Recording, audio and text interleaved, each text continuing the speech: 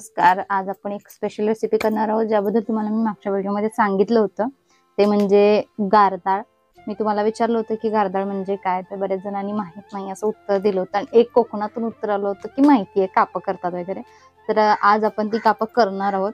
आणि या आहेत गायरा. ही ऍक्च्युली एक शेंग बी आहे, एका शेंगाची बी आहे. तिचं नाव आहे गारदाळ. आम्ही इकडे याला गायरा असं म्हणतो. त्याचा आपण आता काप करणार आहोत. आणि हे मी थोडंसं भाजून घेतलेलं आहे. हे भाजून फोडून घ्यायचं असतं आणि हे खूप सांभाळून भाजावं लागतं, कारण हे उडतं त्याच्या कवच्या आणि डोळ्यात जाण्याची शक्यता असते. सो आपण आता हे भाजून घेऊया. थोडं मी घेतलंय भाजून. लाह्या जशा फुलतात तसंच हे फुलतं आणि याला तडे जातात. तडा गेल्यानंतर पटकन खाली घ्यावं लागतं. आपण आता हे भाजून घेऊया. ही फारच जुनी रेसिपी आहे.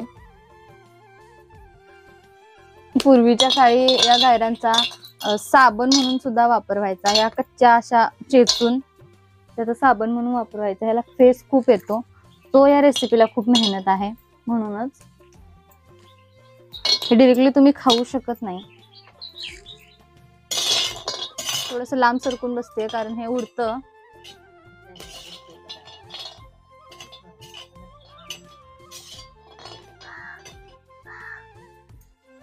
आता आपण ह्या खाली काढून घेऊया.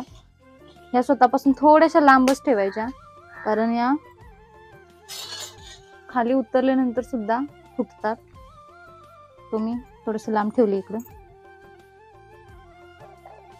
या दोन ज्या फुटलेल्या आहेत त्या फोडून घेऊया. या बिया कोमट असतानाच फोडून घ्याव्या लागतात, नाहीतर नंतर त्याच्या ना अख्खे काप निघत नाहीत, तुकडे होतात.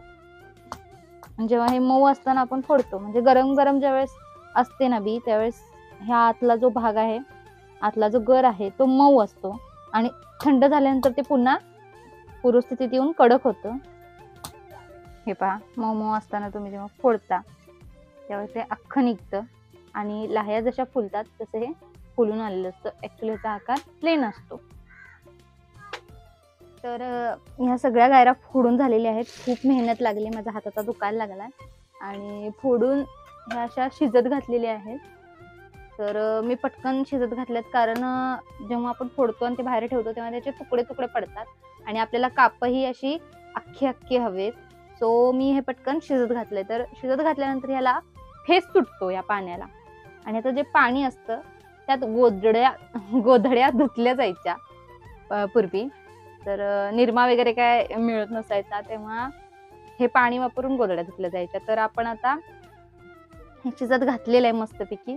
आणि शिजल्यानंतर मी पुढची प्रोसेस नक्की सांगेन. आणि यात अख्खा दिवस आजचा आणि उद्याचा जाणार आहे. म्हणजे आजचा अख्खा दिवस, अख्खी रात्र आणि उद्याची दुपार, इतका वेळ लागणार आहे याला तयार व्हायला. तर चला.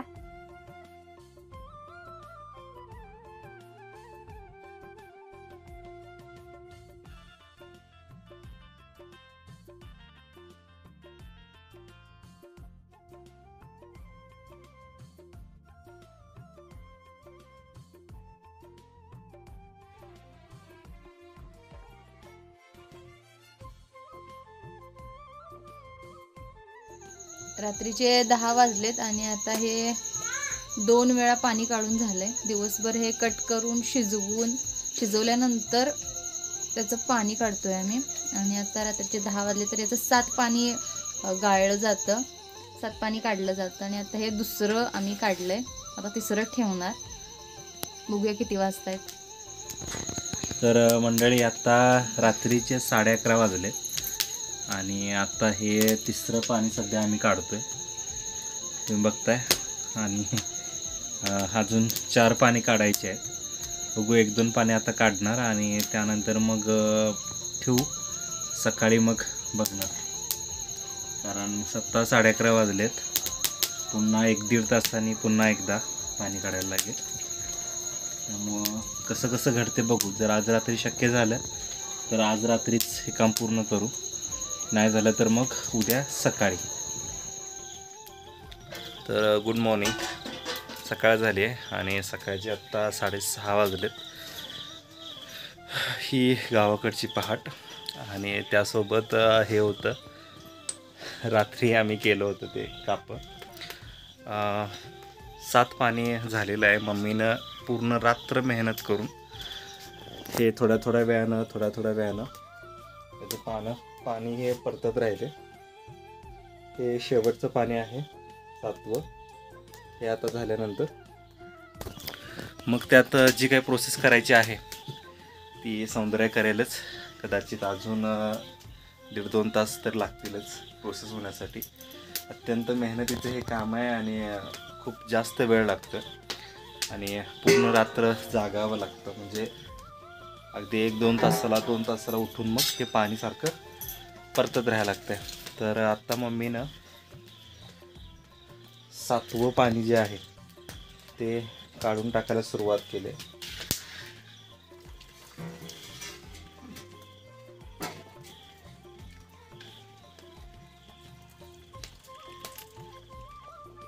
आपली कापं आता ऑलमोस्ट रेडी आहेत. त्यात फक्त आता गोड घालायचं बाकी आहे.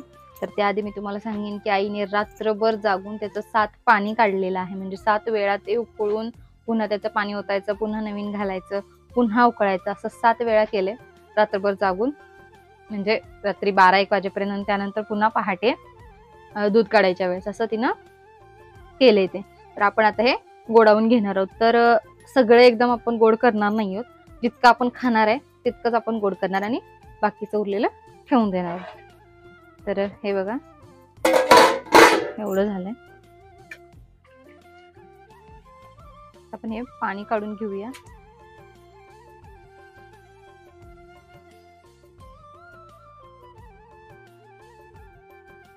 जेव्हा कापं व्यवस्थित कट केली जातात तेव्हा त्याचा शेप हा असा होतो. आणि हा माझा पहिलाच प्रयत्न असल्यामुळे हे 70% तरी म्हणजे अशीच झालेत. पण उरलेलं ते जराशे बिघडला, तुकडे वगैरे झालेत. पण पहिल्यांदाच बनवले मी हे. पूर्वीच्या काळी शेतीची योग्य पद्धत माहिती नसल्यामुळे अन्नधान्याचा तुटवडा पडायचा आणि त्यामुळे या सगळ्या डिशेसचा शोध लागला आणि सगळ्यात जास्त खाल्ली जाणारी ही डिश होती पूर्वीच्या काळी.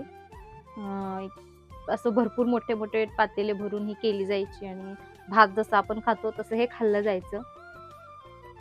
आणि आता सध्या तर आता त्यातला एखादा पदार्थ पूर्वीच्या काळातला करणं म्हणजे इव्हेंट असतो. जसं की खरवस, ही कापं तर मे बी वर्षातून एकदाच केली जातात आणि खूप आवडीनेही खाल्ली जातात. आता आम्ही कापं करतो हे अख्ख्या गल्लीत माहिती झालंय आज आणि आम्हाला सगळ्यांनी सांगून ठेवले आम्हाला पण पाहिजे. याला खूप मेहनत आहे आणि खूप वेळ लागतो आणि तितकासा वेळ आत्ता देता येत नाही सगळ्यांना.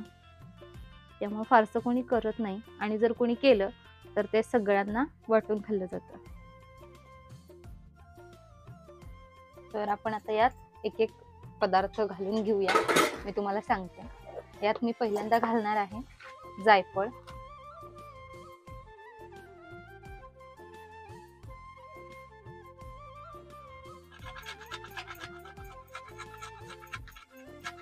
बऱ्याच दिवसानंतर ऊन पडलंय आणि वातावरण पण खूप फ्रेश झालंय. मस्त छान वाटतंय आज. या गारदाळांचे एक महत्वाचं वैशिष्ट्य म्हणजे तुम्ही याला कितीही शिजवलं तरी हे सुटत नाही किंवा असं विरघळत नाही शिजून.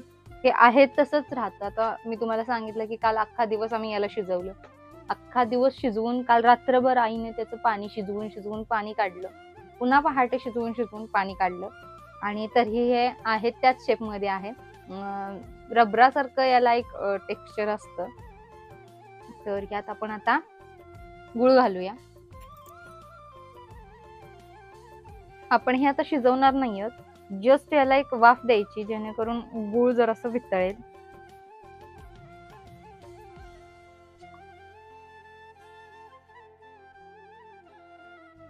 आता आपण हा गुळ गरम करायला ठेवूया सगळं हे, म्हणजे गुळ विरघळेल.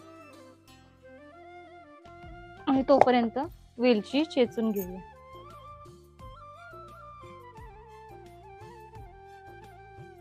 याला मध्ये मध्ये थोडंसं हलवत राहूया. काय होईल, गुळ विरघळेल, सगळं गुळाचं पाणी खाली जाईल चिटकून बसेल. वेलची आपली कुटून झालेली आहे, पण आधी घालून घेऊ. मला बऱ्याच कमेंट येतात की तुम्ही प्रमाण नाही सांगत. तर ॲक्च्युली मी प्रमाण सांगू शकत नाही, कारण आमच्या घरात जितके माणसं आहेत किंवा कोण माणसं येणार असतील तर त्या अंदाजाने मी जेवण करते आणि ते माझे अंदाज परफेक्ट बसतात. आणि आम्ही व्हिडिओ करायचा म्हणून रेसिपी नाही करत, तर एखादी रेसिपी करत असतो आणि त्याचा आम्ही व्हिडिओ बनवतो. तो असं काही ठरवून होत नाही, त्यामुळे मी प्रमाण सांगत नाही आणि मी अंदाजाने जे करते ते परफेक्ट बसतं. आता आपण याच्यात सुंठ घालून घेऊया. आता हे ऑलमोस्ट रेडी झालंय, म्हणजे फक्त पाणी यातलं आटलं गुळाला सुटलेलं की हे तयारच आहे खायला. अप्रतिम चव आहे.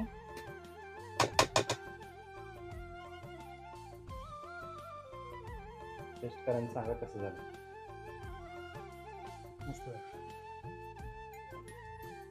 आहे ना चव.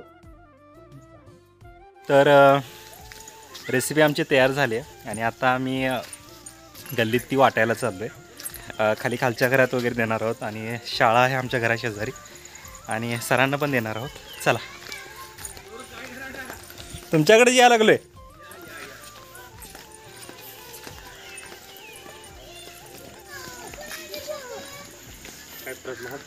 महाप्रसाद आहे ह्यो खरंच महाप्रसाद आहे.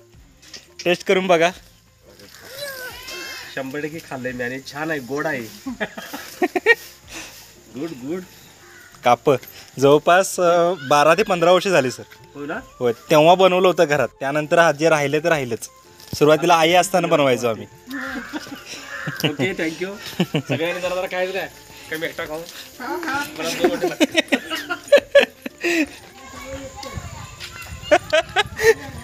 नाही खरंच हॉटेल घातलं तर बरं होईल. वय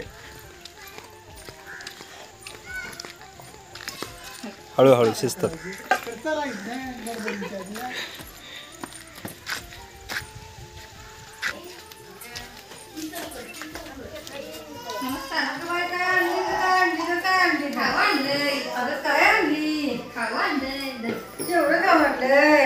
लय खाऊ आणले.